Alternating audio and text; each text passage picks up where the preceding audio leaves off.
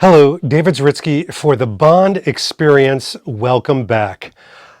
Rum. Rum. The word rum, it conjures up all types of visuals. You think of Disney pirates, you think of people vacationing, maybe having sometimes a little bit too much fun or just the right amount of fun. And you think about James Bond thanks to Blackwell Rum, because as we saw in No Time to Die, Blackwell Rum was not only featured, it was shown. I mean, this was exactly the bottle that was sitting in Bond's home in Jamaica. And by the way, for this occasion, in talking about Jamaican rum, I have worn my Jamaican crew shirt. Yeah, this is the one from No Time to Die, given to me by Izzy, one of the Scout location managers. And I had to go that extra distance. Come on, people, this is what we do. I had to wear my No Time to Die Omega watch, which every time I put it on, that brown face and the brown bezel, it just says Jamaican, the titanium feeling. I'm not here to talk about the watch, David. You're here to talk about rum.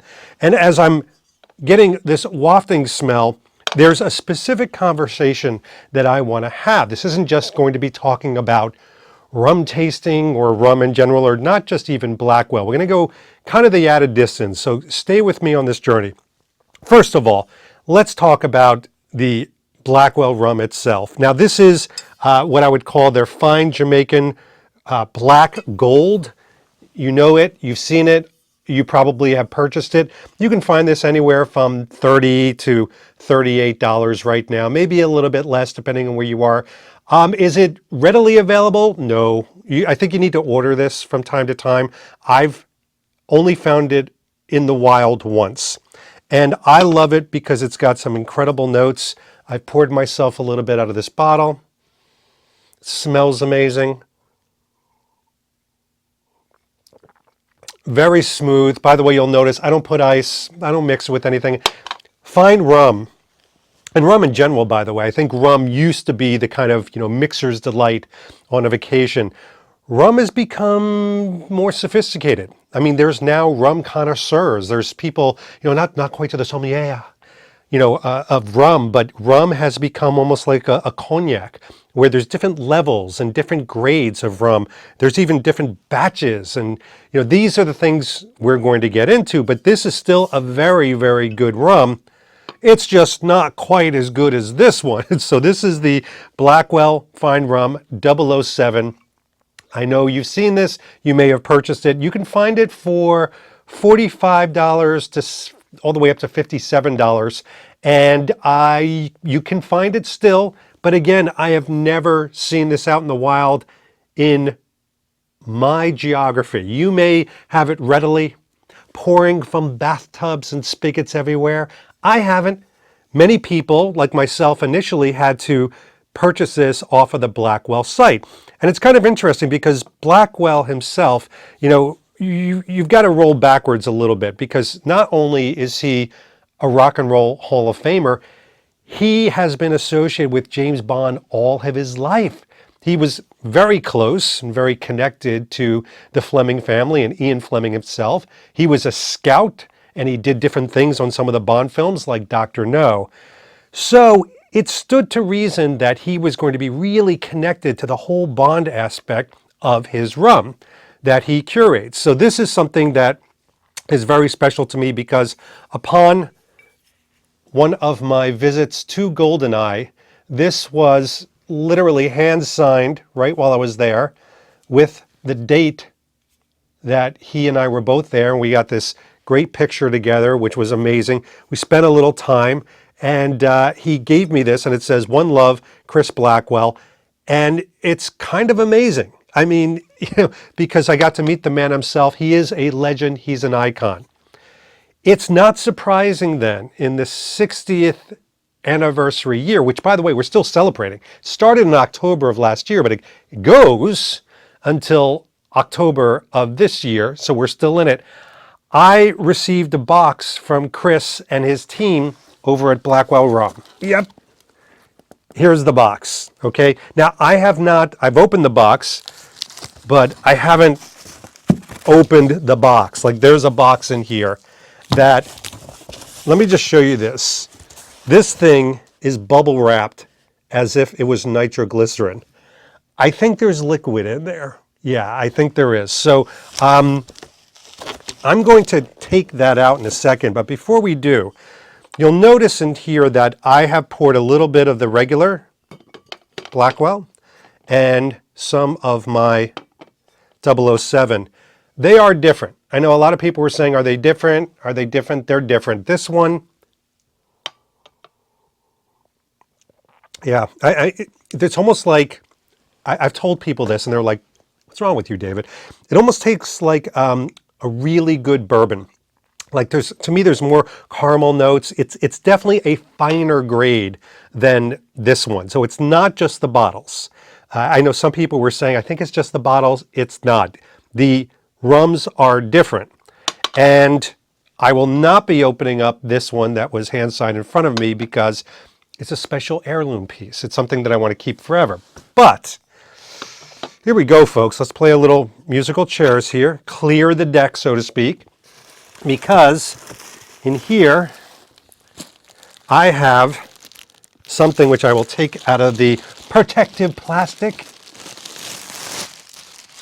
There we go. Okay, Again, I have not seen this. You're, as usual, seeing this at the same time. So this is the 60th anniversary collector's edition of Blackwell Fine Jamaican Rum.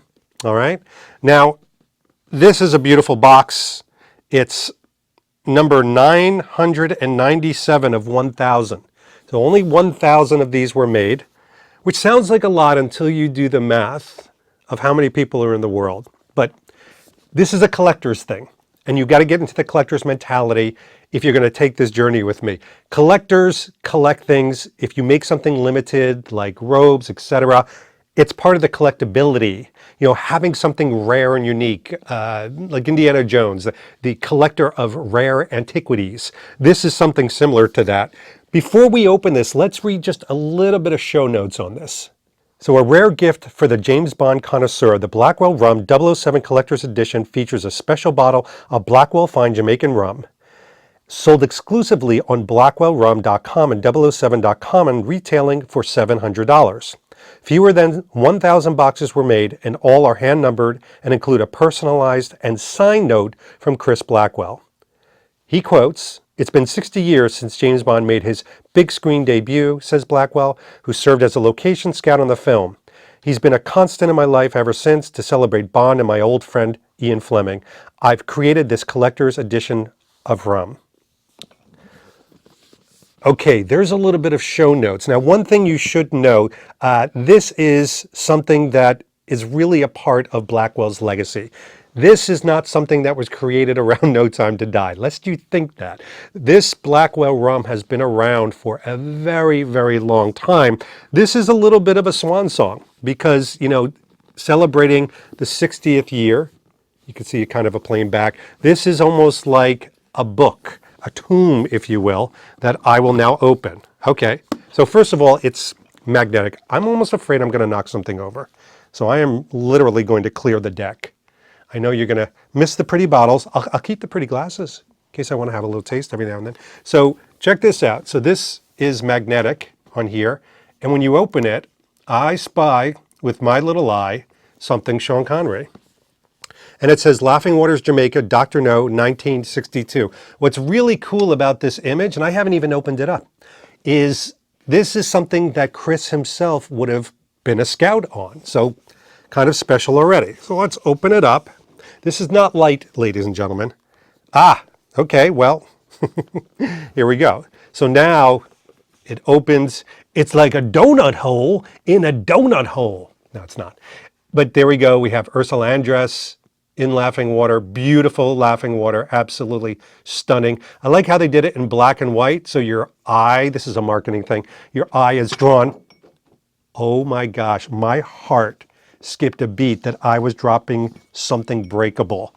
Folks, this is what you get on the Bond experience. This isn't glossy or fancy schmancy. There's not a high production value here, and you see mistakes like that. So, okay, whoa, that's very cool. So this is the Blackwell Rum. Let's get a nice view of this. So this is sort of blocking the bottle, and it says Blackwell Fine Jamaican Rum Collector's Edition. It's got the beautiful 60th anniversary. But here's the thing. Look at that back. All right, that's a beautiful note, and that is hand-signed with his One Love, Chris Blackwell. By the way, I'm going to take a sip of Blackwell Rum as you're baking that in. Now, I am not going to read this entire note because I think, you know, there's some sort of like spoiler alerts, like we talked about the Greg Williams book, literally right over my shoulder. See where my hand is? That's the Greg Williams book, where you're not really supposed to post pictures of that. This is a very interesting and personalized note about his time on the set. I wonder if I could take a look at it and summate it for you rather than read the whole thing. Give me a second. Okay, I got it. Without telling the whole thing, it is quite stunning, this story. He's basically telling a story. It's not just a note. And the story is how Ken Adams asked him personally, because he knew the beaches so well, what is the most stunning, absolutely amazing place for them to shoot the scene with Ursula Andress? And it was Chris Blackwell that told Ken Adams, you've got to go to Laughing Waters, directed them all to Laughing Waters, and he helped write James Bond history because of that.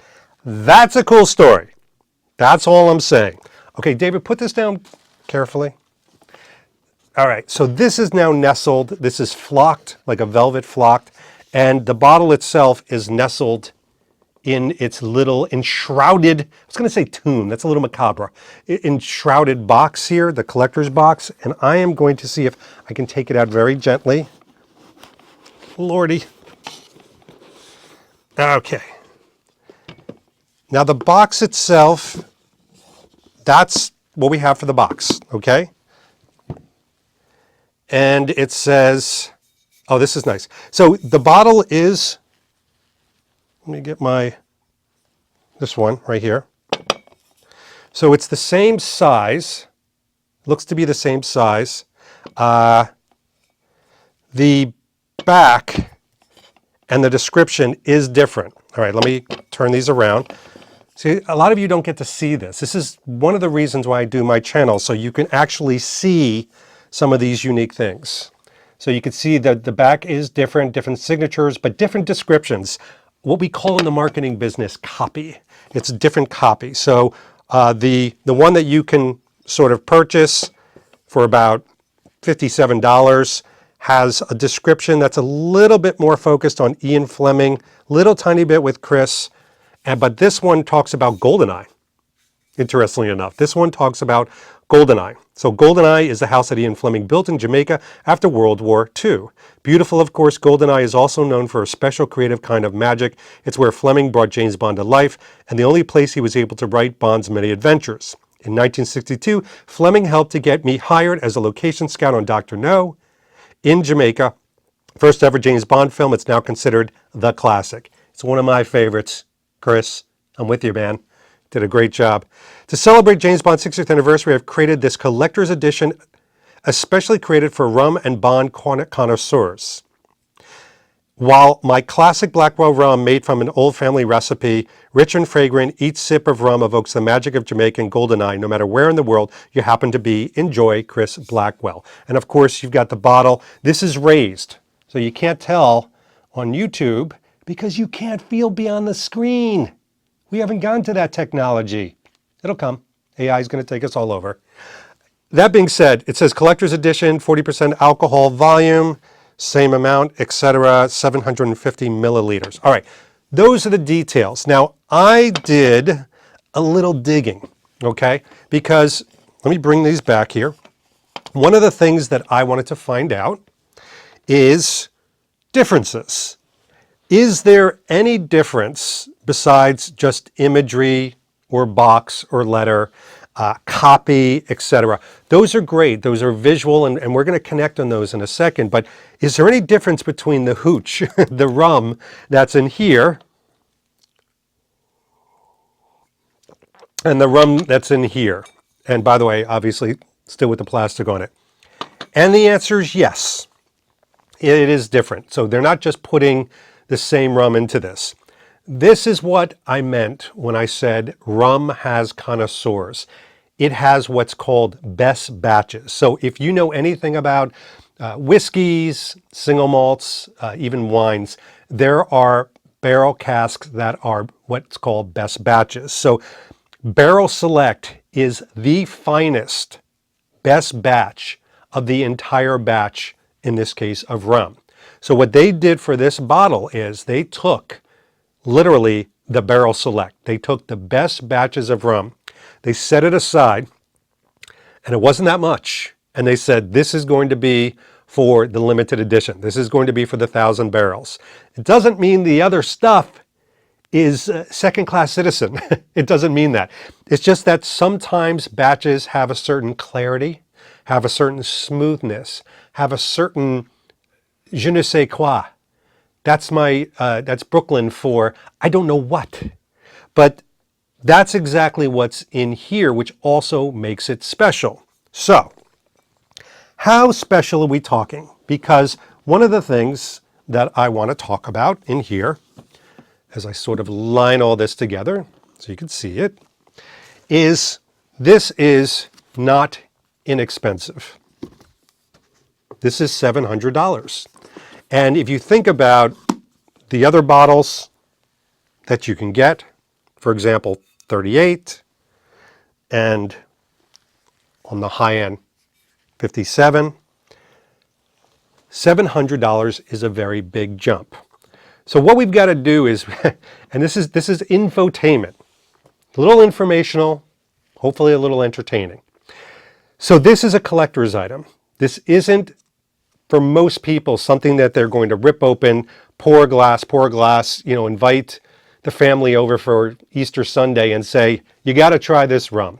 You might be that individual. You might buy two.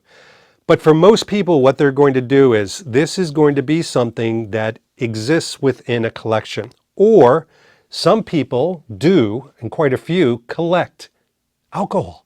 They collect spirits, and they collect limited edition spirits. A friend of mine has a wine collection, much of which he will not drink. He'll have to drink it sometimes because it'll kick.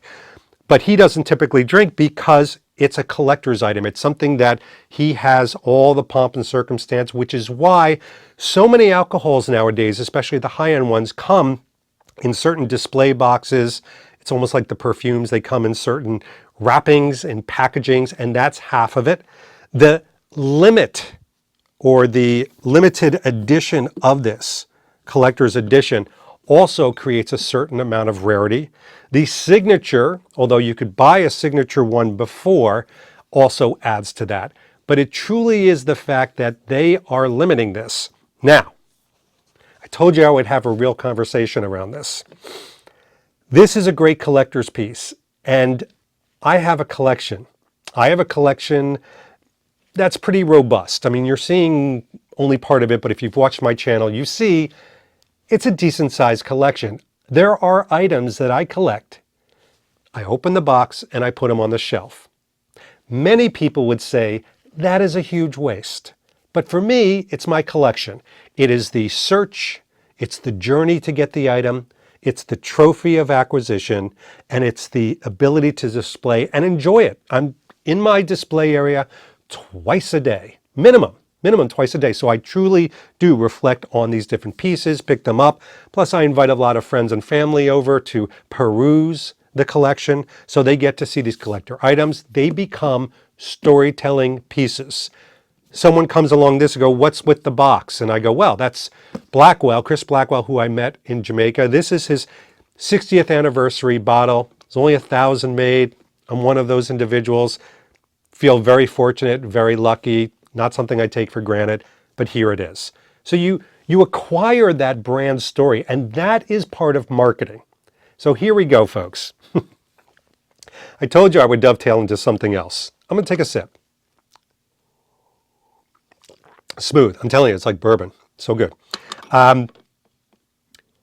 There's been a lot of marketing, commercialization around luxury items. even, dare I say, items that of our higher investment. I'm wearing one on my wrist right now. I get it.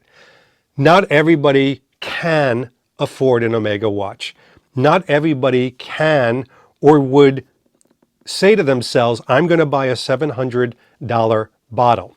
The reason why there is so much advertising and commercialization around these pieces is because these companies are luxury products and they have the money and the marketing experience to put it out there.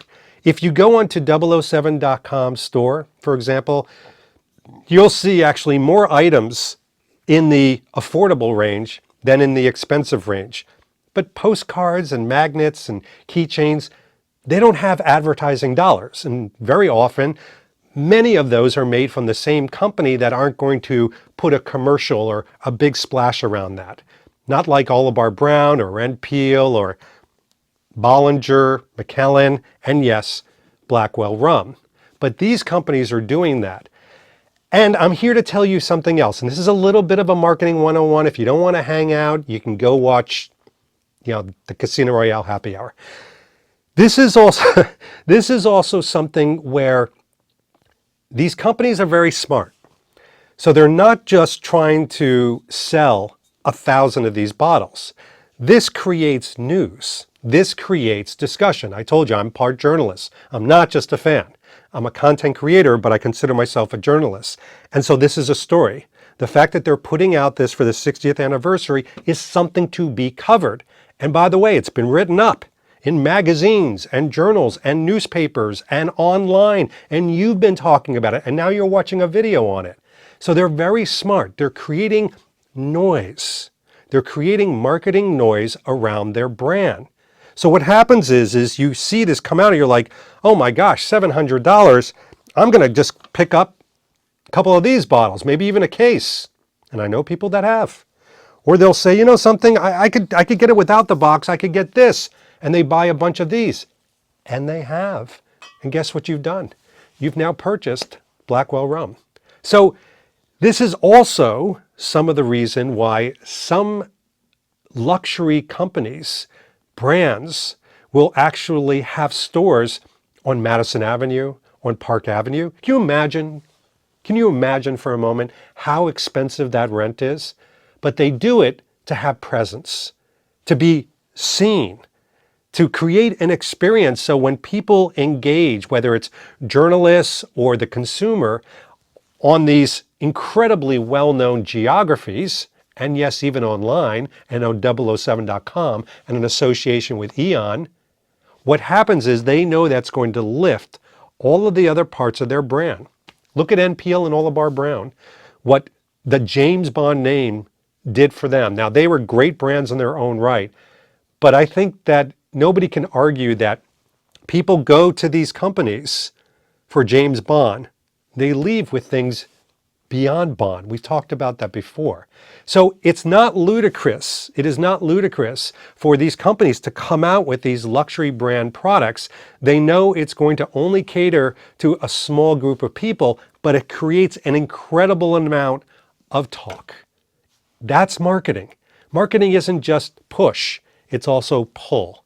It's people raising their hands proactively and saying, I want to be a part of that brand story, even if I can't buy a $700 bottle and collector's box. Now, here's my other splash of Gatorade over your head. That's a football thing, and not European football, American football. There are quite a few people that took a look at this and they said, I do want that. It's a part of what I want. These things tend to sell out. The Octopussy robes and things from Oliver Brown when they're on their 7th or 8th line of Man with the Golden Gun jackets is not out of the ordinary. So it's also all proportional. And it's a tough conversation to have. I get it. I will tell you this. Buying this or buying any kind of luxury item does not make you a better James Bond fan. Buying anything James Bond doesn't make you a better James Bond fan. You shouldn't aspire to buying an Omega watch unless you aspire to buy an Omega watch. My channel and other channels, we highlight these things so you can have the experience of what it's like. I get excited, genuinely excited about these things. I report it back. I create the infotainment. Some people consume it. And listen, I hate to tell people, people are really smart. They can make up their own decision of whether it's something for them, if they're going to be living beyond their means. And the last thing I'm going to talk about with luxury brands and products is James Bond is all about luxury. Way back before James Bond was a movie, when it was an Ian Fleming book. Remember those days? He talked about luxury. He talked about the life of a secret agent, living in luxury and shopping for the best clothing and the best watches and eating the best food, staying at the best hotels, because tomorrow he could be murdered. Murder for breakfast. He could be dead. So living life to the fullest, he was all about those brands. But he also knew that if you buy a luxury product, you're going to have quality. It's going to last you longer. You will get more enjoyment out of it. It's just reality to things. And it's the reality to who Bond is. So luxury products have showed up from Dr. No in the movies all the way through to No Time to Die. And ladies and gentlemen, moving forward with Bond 26 and beyond, it'll continue. So I just wanted to kind of give an explanation. I'm not trying to be pushing this into your face about luxury brands, but there are quite a few people watching this right now that are going to engage with this box and enjoy it as much as I'm going to. And by the way, speaking of enjoying, I have not made a decision, but I'm going to crack this thing open. I'm going to tell you a little secret. And if she watches this video, I'm dead. But Danielle said when I got this in, she looked at it and she goes, I want to do that video with you. I want to try that stuff. I mean, Barrel Select, best of the best of their batches. I want to try that rum. But I knew I probably wasn't going to open it. So I'm doing this video on the sly. I think she's like in the other side of the house. So don't tell her. Don't go on Instagram and tell her that David did this video. She'll see. But let's keep it between us. So yeah, I know that if I do open this up, if I find a special occasion to do so, like I've done some of my Bollinger stuff, I will enjoy this to the fullest. In the meantime, it is, for me, an incredibly cool collector piece. I get it that it's not for everybody. Not everything's going to be for everybody, but I'm enjoying this. And I wanted to bring it to you. At least you got to see it, right? Right? You got to see it because you're not going to find this in the wild. All right, we'll leave links below, but I think you're pretty familiar with Blackwell. I want to also thank the folks at Blackwell and Chris Blackwell. Always enjoy that. And by the way, I will see you in Jamaica. Looking forward to it. We need an escape. We need an escape, and there's nothing like GoldenEye. That's all I'm saying. Anyway, this has been David Zaritsky for the Bond Experience. We will see you all real soon. Take care. Thanks for watching this episode. If you want to be up on the latest from the Bond Experience, just click on this subscribe and subscribe to our channel. You're going to get all the latest and greatest information, plus some exclusive content. And by the way, speaking of content, here's something especially for you, just because we know you. Talk to you soon.